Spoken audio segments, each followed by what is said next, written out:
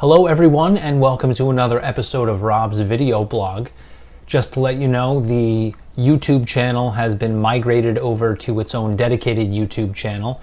This has been done to keep my personal videos separate from the video blog videos, so assuming if you're watching this you've already gone to the channel, just make sure that you resubscribe to it. Additionally, I had a subscriber request that the YouTube videos be also available in podcast form for easier consumption, so I have done that, and the link to the podcast feed is listed below. It should hopefully be up on iTunes within the next week or so. I just have to get them to approve it. I think it's a great way to consume Rob's video blog. I personally, when I drive to and from work, don't actually listen to the radio. Occasionally I will listen to Pandora, but usually I'm listening to some sort of podcast, so I think that's a really, really good way to consume it. So let's get into the actual material here. Fitbits and Apple Watches and Bluetooth earpieces and all these little peripheral devices, as I like to call them, I hate them. I absolutely, positively hate them. I have enough things. We have enough things. We've got TVs, we've got cell phones, we've got calculators, we've got cameras, we've got computers. We have enough devices. I don't need more devices. I need less devices. Firstly, things like the Apple Watch does everything that's already on your phone. Why I would need it on my wrist on a little screen that I can barely read or touch or do anything with is beyond me.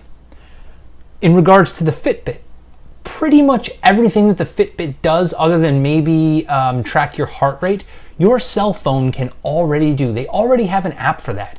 You can already load an app onto your cell phone to act as a pedometer, to track your sleep and wake cycles and all that sort of thing. So I don't really understand the allure. I think it's more just of a, just kind of a cosmetic or a jewelry type appeal that you want to, oh look, I have my Fitbit, I'm fit, I work out, I track this kind of stuff.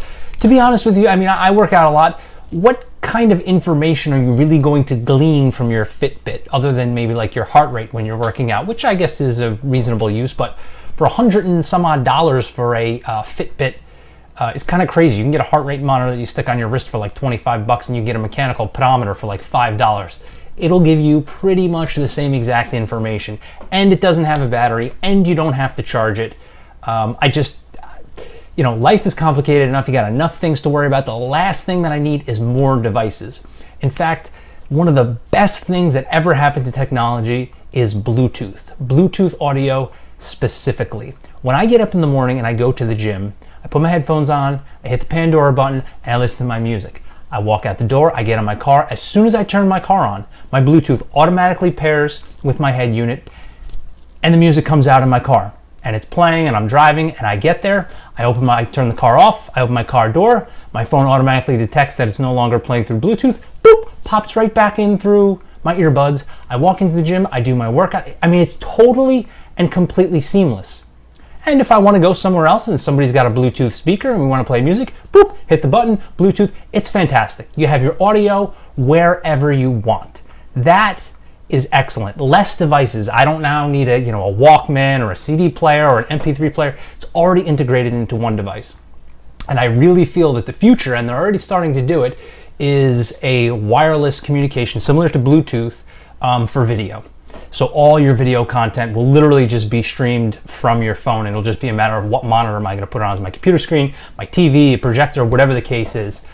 They've already started doing this, I think, on Android with something called Miracast, which is really in its infancies and it's kind of crappy right now, but the way that the Bluetooth audio works seamlessly in my day-to-day life is phenomenal, and I cannot wait for video to be the same way, to just be watching, a YouTube clip or watching anything, just boop, and put it to the TV.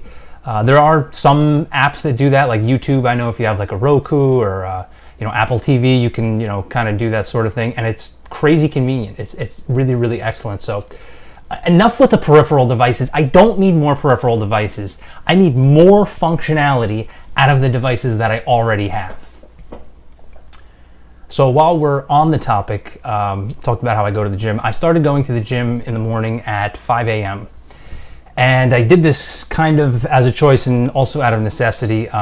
As you know, I'm doing physical therapy for my knee, and I am a firm believer that if something is really, truly important to you, you got to do it first thing in the morning.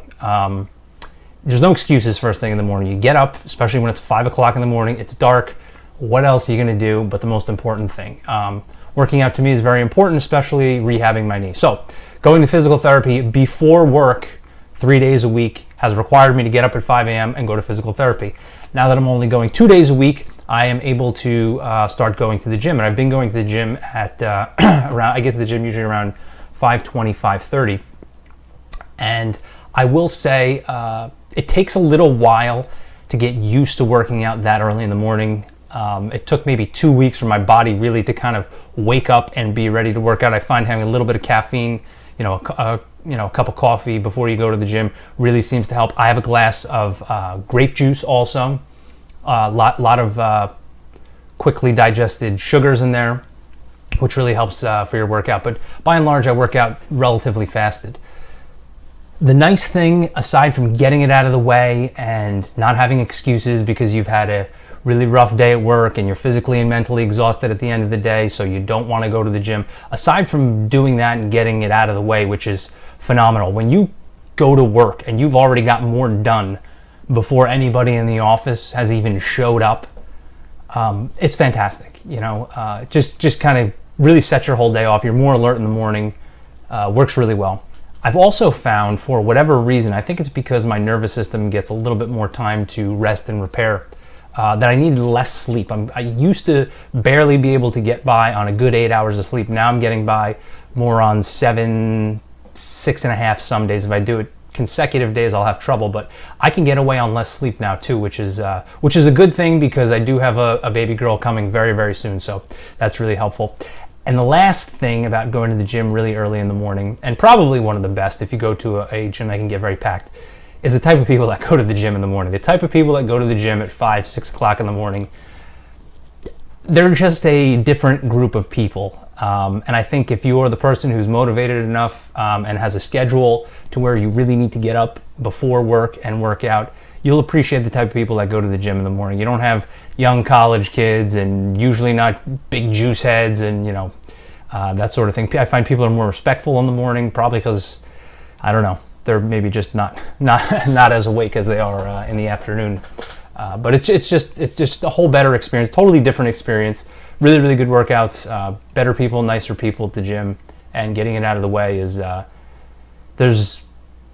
I just can't tell you how fantastic it is to get it out of the way in the morning. Really try it. The tough part about it is just getting up and starting to do it. The first couple of weeks are absolutely positively brutal. But I had read something somewhere that said if you stick with something for 4 weeks or more, it becomes a habit, and then it becomes not easy, but it becomes something that you just do. So you got to stick with it for 3 to 4 weeks and really do it. You wake up in the morning, even if you're tired, just get up and do it. Just get up and do it, and I'm telling you, it will change your life for the better. That's it for now. Thanks for watching, and don't forget to resubscribe to the new channel and check us out on the podcast.